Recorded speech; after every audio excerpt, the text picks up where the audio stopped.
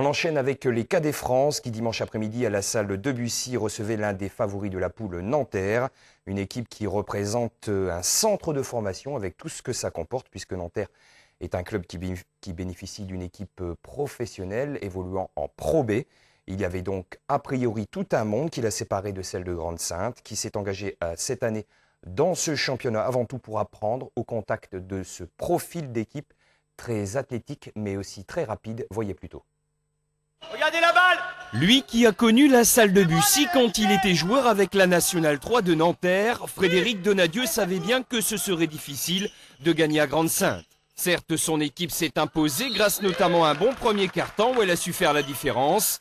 Mais durant le reste de la partie, les Saintois lui ont donné beaucoup de fil à retordre. On doit faire mieux avec les moyens qu'on a. Maintenant, c'est une équipe qui est quand même jeune et on essaie de positiver. Mais sur le match, on se doit de les corriger et c'est clair qu'on aurait dû avoir un écart quand même plus conséquent au vu des qualités qu'on a. Ces qualités dont parle le coach nantérien sont celles d'un groupe qui représente un vrai centre de formation. Les joueurs s'entraînent 5 fois par semaine, sont logés et vivent ensemble. Sur le terrain, l'équipe est mieux organisée que celle de l'OGS. Le mental, les qualités athlétiques, la taille ont également fait la différence. Les gens souvent qui disent que la taille n'est pas utile au basket, ce sont ceux qui sont de petite taille comme par hasard. Il est vrai que ce soir on leur rend 10 à 15 cm à chaque poste de jeu.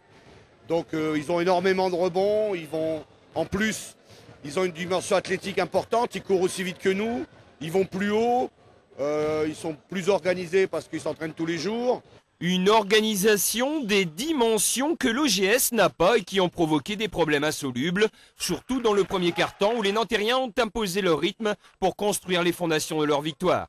À 13-24 à l'issue des 10 premières minutes, on aurait pu craindre le pire pour les joueurs d'Éric Bigotte, mais au lieu de ça, au lieu de sombrer, de lâcher le match, les Saintois se sont accrochés pour faire quasi jeu égal dans les 3 quarts-temps restants. À la pause, le score est de 30 à 42. En seconde période, sans complexe, l'OGS défie les intérieurs nantériens, mais usés physiquement, les Saintois sont à la traîne au niveau du repli défensif.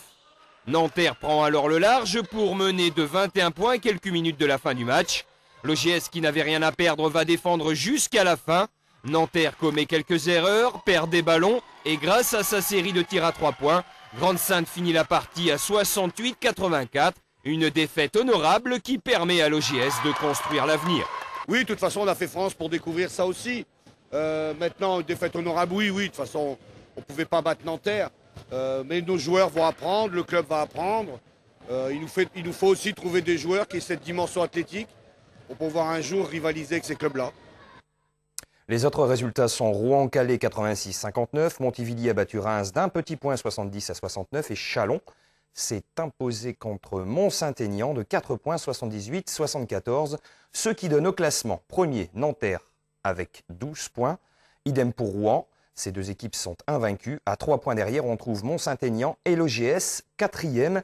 Une place qui lui vaudrait en fin de première phase de disputer la poule haute et donc de se maintenir. Calais est 5e alors que c'est Châlons qui occupe la dernière place.